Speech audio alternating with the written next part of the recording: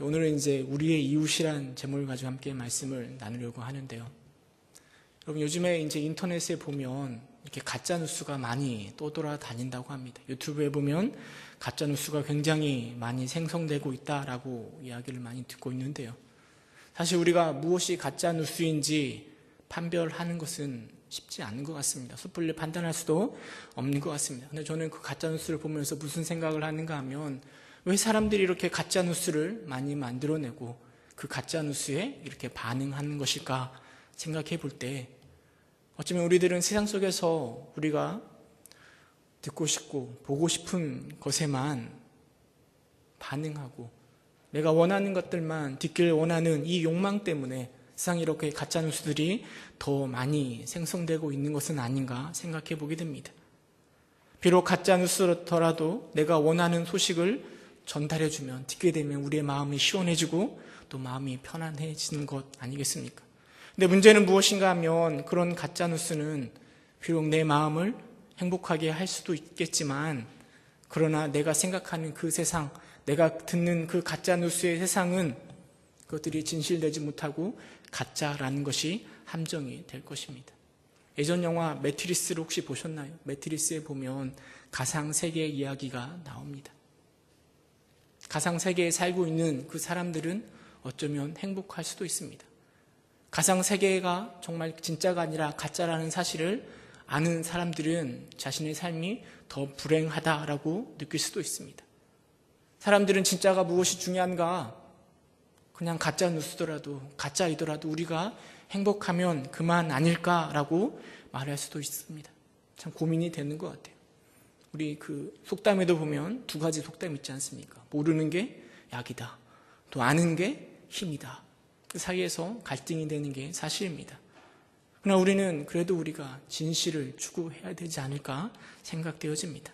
근데 성경을 보면서도요, 이런 모습들이 우리 안에, 하나님을 믿는 사람들 안에서도 종종 나타나는 것 같습니다. 하나님께서 우리에게 이 말씀 성경을 주셨는데요, 우리는 그 성경을 읽고 해석하고 우리에게 적용시킵니다. 근데 우리는 성경 읽고 적용시키면서요, 성경이 진짜 우리에게 해주고자 하는, 전달하고자 하는 그 말에 귀를 기울이기보다는 내가 듣고 싶은 말, 내가 보고 싶은 것에만 보려고 노력하고 있는 것은 아닌지 우리의 모습을 되돌아봐야 될 것 같습니다.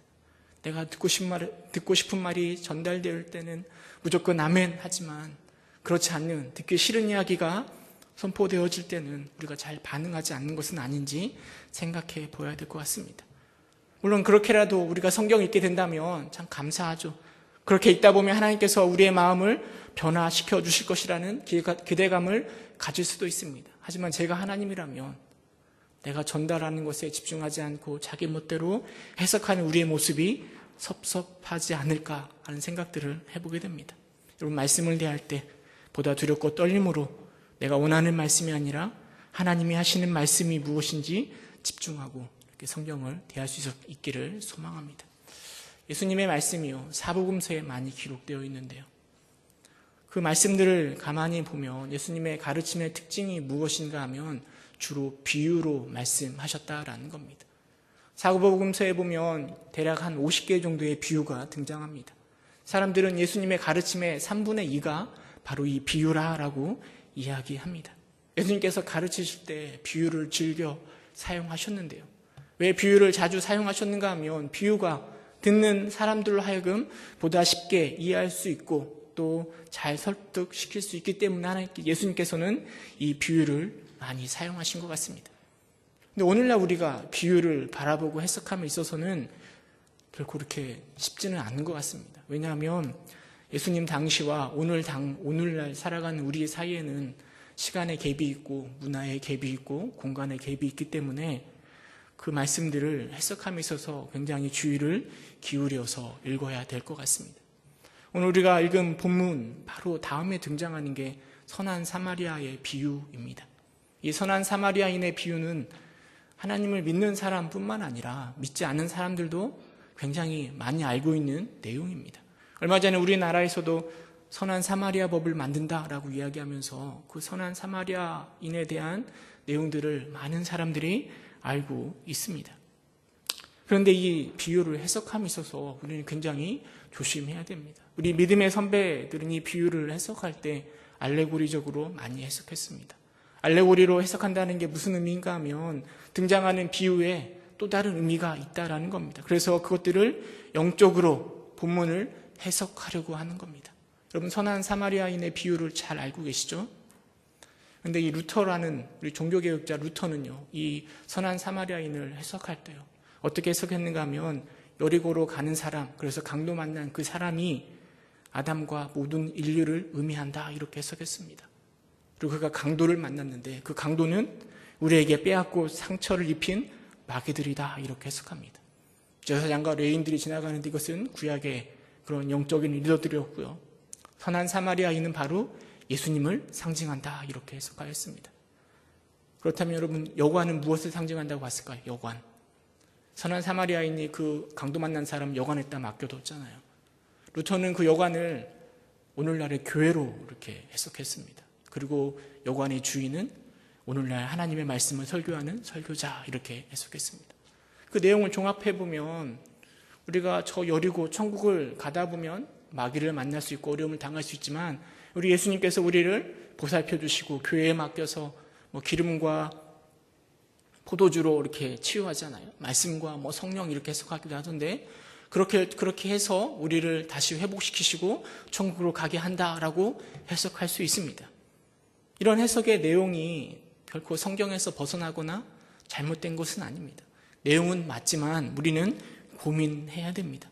과연 이 해석이 정말 예수님께서 이 선한 사마리아인의 비유를 통해서 우리에게 하시고자 하신 말씀일까? 우리는 고민해야 됩니다. 여러분, 신천지가요, 이런 비유풀이를 많이 합니다. 그래서 우리를 막 미혹시킵니다. 우리 동요 중에, 동요인지 모르겠지만 원숭이 엉덩이는 빨개 하면서 이렇게 노래가 시작되잖아요. 빨가면 뭐죠? 사과고요. 사과는 맛있으니까 맛있는 건 바나나 하면서 어디까지 가는가 하면 높은 건 백두산까지 연결됩니다. 원숭이가 백두산까지 쭉 연결되는 것처럼 저 신천지에서 비유풀이를 할 때 이렇게 하는 거예요. 막 갖다 붙이는 겁니다. 비유를 가지고 이것저것 막 붙이는 거예요. 그러면서 원숭이를 백두산으로 등극하면서 자신들의 교리를 세워가고 하는 게 신천지의 비유풀이입니다. 우리는 이것들을 조심해서 잘 들어야 됩니다. 예수님이 이 선한 사마리아인의 비유를 통해서 우리에게 무엇을 말씀하실까 우리는 고민하고 생각해 봐야 됩니다. 그 시작이 어디서부터 시작돼야 되는가 하면 이 예수님의 이 비유가 어디서부터 시작됐는지 그 환경과 배경을 곰곰이 생각해 보면 우리는 보다 더 예수님의 말씀에 근접하여 해석할 수 있는 것 같습니다. 우리 10장 25절 함께 읽어볼까요? 누가복음 10장 25절 함께 읽어보도록 하겠습니다. 시작. 어떤 율법 교사가 일어나 예수를 시험하여 이르되 선생님, 내가 무엇을 하여야 영생을 얻으리이까? 여러분, 한 율법 교사가 예수님에게 찾아옵니다. 예수님을 시험할 요량으로 한 가지 질문을 던지는데요. 그게 무엇인가 하면 내가 무엇을 하여야 영생을 얻을 수 있겠습니까? 라고 질문합니다. 율법사가 뭐하는 사람인가 하면 율법을 연구하는 전문가 아닙니까?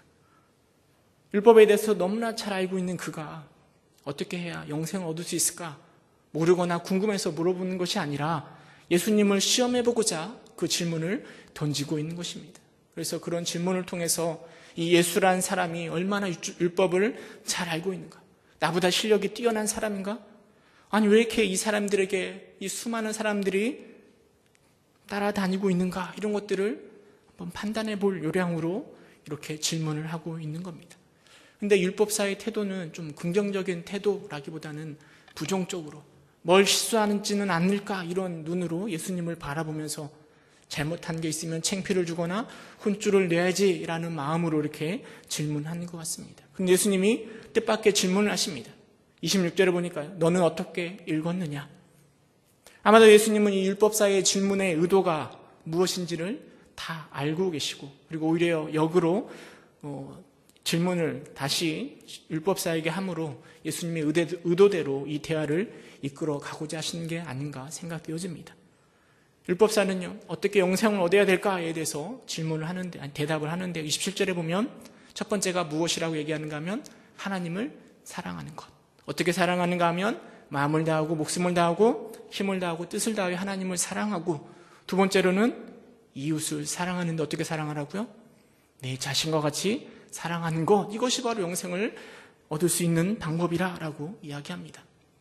율법사답게 성경적으로 대답을 한 것 같습니다. 그런데 예수님께서는요, 그 율법사의 약점을 보시고 바로 지적합니다. 뭐라 얘기하는가 하면 옳도다, 이를 행하라, 그러면 살리라 말씀하십니다. 예수님의 말씀에 그 의미를 곰곰이 생각해 보면 율법사에게요, 뭐라 말씀하시는가 하면 어떻게 구원에 이르는가, 그것을 아는 것이 중요한 것이 아니라 그것을 행하는 것이 중요하다. 율법사에 너는 정말 잘 알고 있구나. 그런데 아는 것이 너에게 영생을 가져다 주는 것이 아니라 그것들을 행하는 것이 바로 너에게 영생을 가져다 주는 것이다. 제발 입으로만 살지 말고 말씀대로 살아라, 실천하라 라고 예수님께서 그런 의도 속에서 행하라 라고, 그러면 살리라 라고 말씀하시는 겁니다. 물론 예수님께서 직접적으로 넌 너무 가식적이야 라고 말씀하신 건 아니지만 이 이야기를 들었을 때 율법사의 마음이 굉장히 찔리지 않았을까요? 어쩌면 그 얼굴이 빨개지지 않았을까 하는 생각들을 해보게 됩니다. 율법사는 잘 대답했음에도 불구하고 본전도 못 찾은 것 같아서인지 다시 예수님께 질문합니다.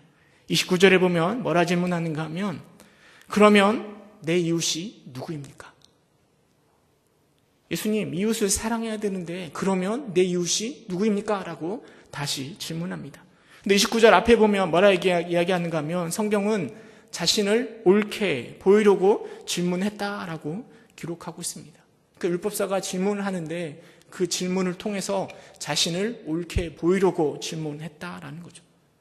여러분, 그렇다면 내 이웃이 누구인지가 왜 자신을 옳게 보이는 질문이 되는 것일까요? 율법사가 내 이웃이 누구입니까? 라고 질문했는데 왜 그것이 바로 나를 옳게 보이게 하려고 하는 질문일까요? 이 율법사의 질문을 보다 더 잘 파악하기 위해서는요, 당시에 이웃에 대한 개념 우리가 좀 생각해 볼 필요가 있습니다. 여러분에게 있어서 이웃은 누구입니까? 누가 이웃입니까? 내 옆집에 살고 있는 사람? 나와 같은 대학교에 나오거나 나와 같은 고향 사람? 아니면 나와 같은 교회에 다니는 사람? 아니면 나와 마음이 잘 맞는 사람? 우리는 보통 이런 사람을 나의 이웃이라고 생각합니다. 그런데 그 당시에, 예수님 당시에 그 근동 아시아 지역에서의 그 당시에 이웃에 대한 인식을 생각해 보면요, 당시에 사람들은 이웃을 나의 명예로 생각했습니다. 아니, 그 당시에 사람들은 명예를 가장 중요시 여겼습니다. 우리나라 조선시대를 생각해 보면요, 양반들이 어땠습니까? 체면을 굉장히 중시하잖아요. 비가 와도 그들은 뛰지 않았습니다. 걸어 다녔습니다. 왜냐하면 자신의 명예와 체면이 중요하기 때문입니다. 여러분, 양반이 쌍놈들과 같이 식탁을 나눌 수 있을까요? 그럴 수 없죠. 왜냐하면 같이 나누면 내 명예가 떨어지기 때문입니다. 당시에 예수님 당시에 사람들도 마찬가지입니다. 나와 함께 식사를 하며 나의 이웃은 바로 나의 명예가 되고 나의 위치를 나타내주는 사람이 바로 내 이웃입니다. 그러기에 그들은 내 이웃을 철저하게 구분했습니다. 나랑 형편이 비슷한 사람, 나와 계급이 맞는 사람, 이들이 바로 나의 이웃이었습니다. 근데 유대인들에게 있어서, 이스라엘 백성들에게 있어서 또 이웃에 대한 개념 중에 또 큰 하나가 무엇인가 하면 바로 선민의식입니다. 물론 나와 계급이 맞는 사람이 내 이웃이긴 하지만 더불어 나와 함께 저 천국에 들어갈 사람, 하나님의 선택을 받은 사람이 바로 나와 같은 혈통을 가지고 있고 나와 같은 신앙을 가지고 있는 거룩한 사람이 바로 나의 이웃이라 생각했습니다. 그런 이웃에 대한 생각 속에서 철저하게 배격되는 사람들이 있습니다. 이방인들, 또 심지어는 사마리아인들도 배격했습니다. 물론 사마리아인들은 혈통적으로 좀 비슷하게 섞여 있긴 하지만 그들과 함께하지 않았습니다. 또 그들은 죄인들을 이웃에서 배격했습니다. 특별히 세리나 창녀들을 철저하게 배격했습니다. 어느 정도로 철저했는가 하면 그들은 그런 나의 이웃이 되지 않는 사람들과는 말도 섞지 않았습니다. 그들이 살고 있는 땅에 가지도 않으려 했습니다. 몸이 닿으면 부정해진다라고 생각했습니다. 철저하게 구분하며 이웃에 대한 개념들을 가지고 있었습니다. 여러분, 그렇다면 이스라엘 백성들에게 가장 완벽한 이웃은 누구일까요? 완벽한 이웃은 누구일까요? 그게 누구인가 하면 말씀에 잘 알고 있는, 성경에 대해서 지식이 가득 있는 바로 율법사, 영적인 종교적인 리더들이 바로 그들의 가장 완벽한 이웃이 되는 것입니다. 율법사 자신이 바로 그 이웃 중에, 사랑해야 될 이웃 중에 가장 완벽한 사람, 나 자신임을 말하고자, 그걸 통해서 내가 얼마나 옳은 사람인가를 보여주려고 예수님에게 내 이웃이 누구인지를 물어보고 있는 것입니다. 근데 반면에 예수님은 어떠합니까? 예수님은 그런 이웃의 경계를 허뭅니다. 누구에게 찾아가서 함께 식사를 하는가 하면 세리와 창녀들에게 찾아가서 그들과 함께 식사를 하며 교제를 합니다. 그럼 예수님은 좀 이상한 사람입니다. 우리의 이웃이 될 수 없는 사람과 식사를 하고 있는 예수님, 당신은 좀 무엇인가 잘못된 사람 아닙니까? 어쩌면 내 이웃이 누구입니까? 라는 질문을 통해서 율법사는 예수님의 잘못된 점을 부각시키고 자신을 자랑하고자 이 질문을 던지고 있는 것은 아닐까 생각해 볼 수 있습니다.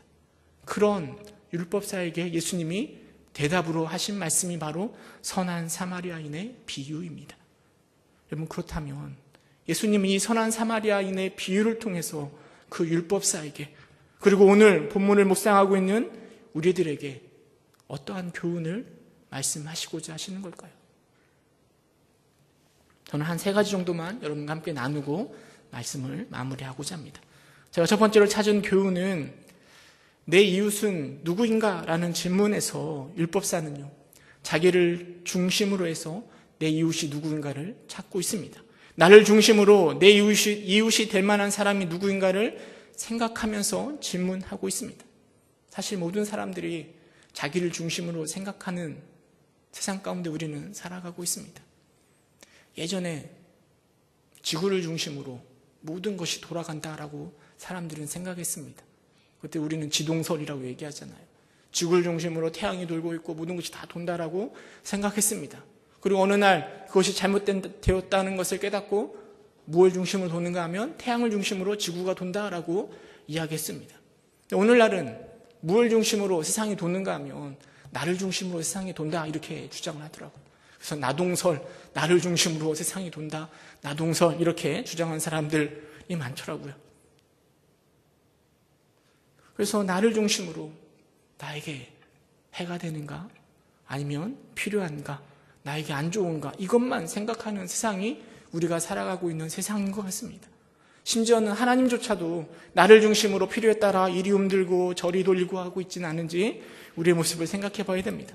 그러나 예수님은 이 선한 사마리아인의 비유를 통해서요, 예수님은 이웃을 나를 중심으로 바라보는 것이 아니라 강도 만난 사람을 중심으로 내 이웃이 될 만한 사람이 누구인가를 말씀하시는 겁니다. 제사장이면 뭐하고 레위인이면 뭐하겠습니까? 강도 만난 사람에게 비록 사마리아인이라 할지라도 나의 아픔을 함께하고 나누는, 도움을 주는 그 사람이 바로 이웃임을 예수님께서 말씀하고 계시는 겁니다. 우리의 이웃은 나에게 필요한 사람이 내 이웃이 아니라 지금 나의 도움을 필요로 하는 그 사람이, 어려운 상황 가운데 처해 있는 그 사람이 바로 나의 이웃이다라고 우리 예수님이 우리에게 말씀하고 계시고, 그 이웃에게 너희가 다가가서 그들의 이웃이 되어 주어야 한다라고 선한 사마리아인의 비유를 통해서 우리에게 말씀하고 계시는 겁니다. 여러분, 주변을 한번 돌아보시기 바랍니다. 누가 나의 이웃입니까? 나를 중심으로 내 필요를 채워줄 이웃을 찾는 것이 아니라 지금 힘들어서 누군가의 도움을 청하고 있는 그 이웃이 누가 있는지 여러분 돌이켜보시기 바랍니다. 서로에게 민감하게 반응하고 아픔을 인식하고 내가 먼저 나서서 그들에게 이웃 되어주기를 즐겨하시는 여러분 되시기를 주님의 이름으로 축원합니다. 여러분, 두 번째로 생각해 볼 수 있는 건 율법사는요, 나의 이웃은 누구입니까? 라는 질문을 통해서 자꾸 경계를 그으려고 하고 있습니다. 그러니까 내 옆에 우리 주변에 많은 이웃들이 있잖아요. 많은 사람들이 있잖아요. 그 중에 율법사는 어떤 사람은 나의 이웃이 될 것이고 어떤 사람은 나의 이웃이 되지 않을 거야 라는 생각 가운데 그들을 이렇게 구분하려고 하는 거죠. 내 이웃이 될 만한 사람, 그렇지 않은 사람. 그 질문 가운데 그런 것들이 포함되어 있습니다. 근데 예수님은 지금 그 경계를 허물고 계십니다. 결코 그들의 상식 속에서 내 이웃이 될 수 없을 만한 세리와 또 창녀들에게 함께 식사를 하며 그 이웃의 경계를 지금 허물고 있는데요. 근데 예수님의 그런 모습들을 율법사는 비난하고 있지만 예수님은 이 선한 사마리아인의 비유를 통해서 그 구분을 자꾸만 무너뜨리려고 하고 계시는 겁니다.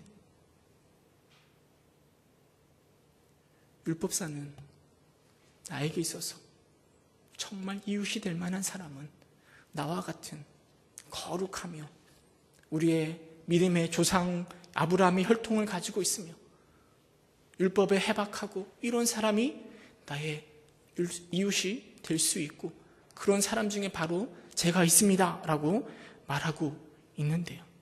여러분, 그 율법사의 모습이 오늘 나의 모습에 있지는 않습니까? 우리의 모습이 그와 유사하진 않습니까? 사람들을 대할 때 내 이웃이 될 만한 사람들을 나의 기준을 가지고 잣대를 가지고 판단하며 내 이웃을 삼고 있지는 않습니까? 최소한 내 이웃이 되려면 이 정도 경제적인 규모는 가지고 있고 학벌은 이 정도 되어야 되고 세상적으로 이 정도는 성공해야 나의 이웃이 될 수 있지 라는 생각을 가지고 있고 그 수준에 도달하지 못하면 그들을 무조건 경계 밖으로 내보내고 있지는 않습니까? 그들과는 친해지려고 노력도 하지 않고 그냥 무관심하며 살아가고 있지는 않습니까? 여러분, 예수님은요, 선한 사마리아인의 비유를 통해서요, 누가 나의 이웃인가 말씀하지 않습니다.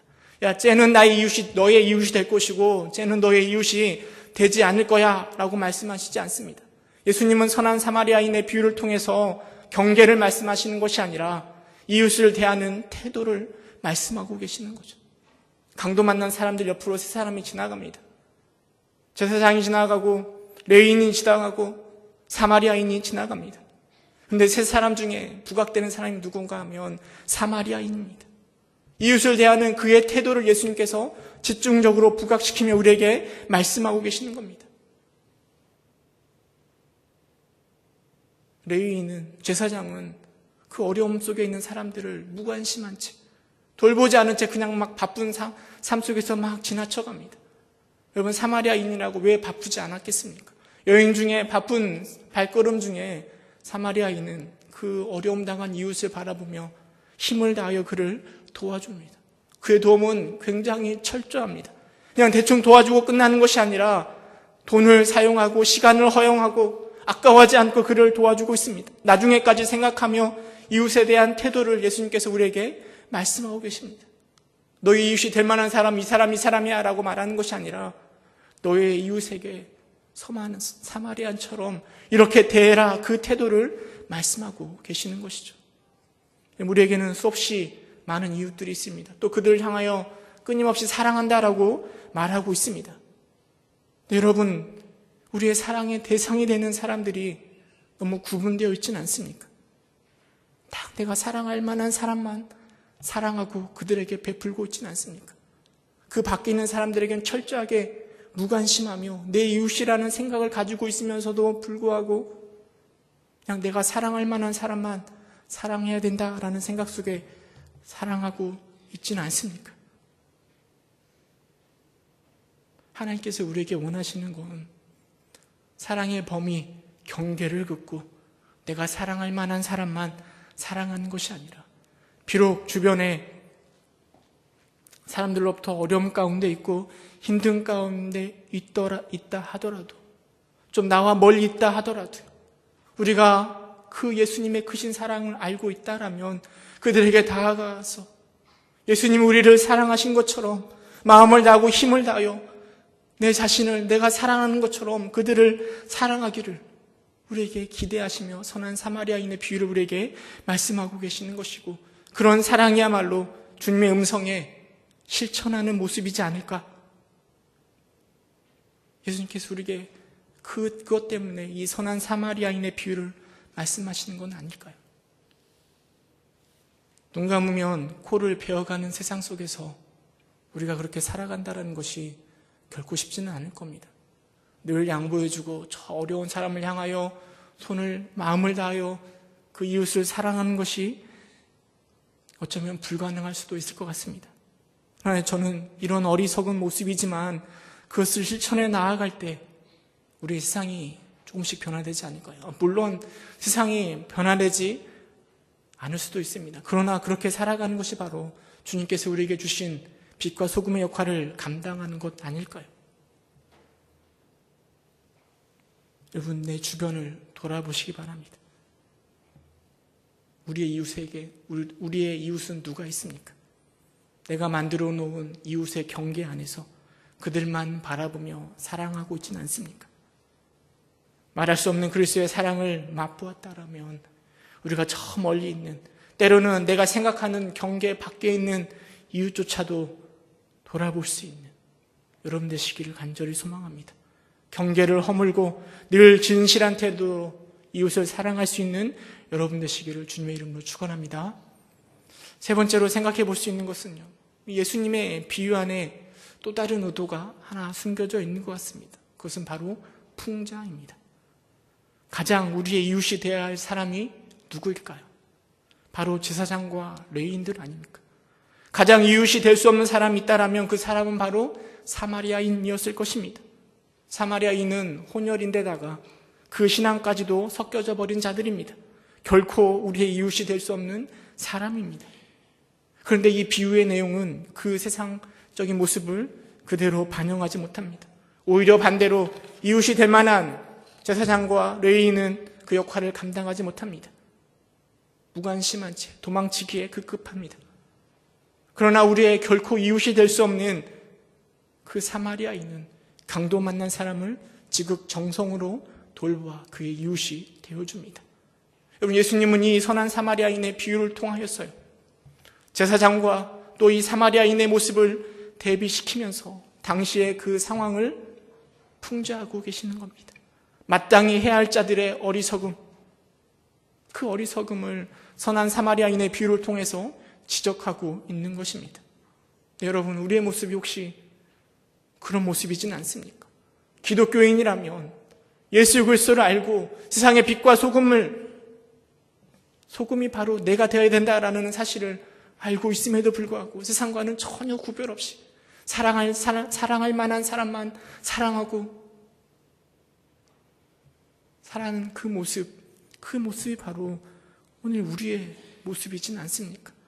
매스컴을 통해서 듣게 되는 우리 교회의 이야기, 우리 한국교회 이야기가 바로 당시의 레위인들, 제사장의 모습과 별반 다르지 않는 것은 아닐까요? 또 우리 역시 마찬가지 아닙니까? 이 풍자의 이야기를 통해서 여러분 우리의 모습을 돌이켜 봐야 될 것입니다. 입만 살아서 경건의 모양만 있는 것이 아니라 경건의 능력까지 가질 수 있는 우리가 되길 위해서 다시 한번 회개하고 다시 한번 더 우리의 모습을 점검해 봐야 되지 않을까 생각되어집니다. 비유의 마지막에 예수님은 율법사에게 물어보십니다. 내 생각에는 이 사람 중에 누가 강도 만난 자의 이웃이 되겠는가? 36절에 이렇게 예수님께서 질문하십니다. 그러자 율법사가 이야기합니다. 말도 안 되는 이야기지만 자비를 베푼 자입니다. 우리의 이웃이 도저히 될 수 없는 저 사마리아인이 바로 우리의 이웃이 될 것입니다 라고 대답하는 것입니다. 그러자 예수님께서 율법사에게 말씀하십니다. 37절에 보면 가서 너도 이와 같이 하라. 가서 너도 이와 같이 하라. 여러분, 우리 중에 하나님을 사랑하고 이웃을 사랑해야 된다라는 사실을 모르는 사람이 있을까요? 나를 중심으로가 아니라 이웃을 중심으로 사랑해야 되고 이웃을 경계를 긋기보다는 바른 태도로 사랑해야 되고 머리로 사랑해야 되는 것이 아니라 삶의 실천으로 사랑해야 된다는 사실을 모르는 사람이 우리 중에 어디 있습니까? 다 알고 있습니다. 그럼에도 불구하고 우리는 우리의 귀를 막은 채 저 예수님을 공격하고 있는 저 율법사처럼 우리가 살아가고 있지는 않습니까? 예수님이 오늘 우리에게 똑같이 말씀하십니다. 가서 너도 이와 같이 하라. 가서 너도 네가 말하는 것처럼, 네가 알고 있는 것처럼 그렇게 내 이웃을 사랑하라 말씀하십니다. 여러분, 이 주님의 음성에 반응하시는 여러분 되시기를 주님의 이름으로 축원합니다. 그럼 이 시간 함께 기도하도록 하겠습니다.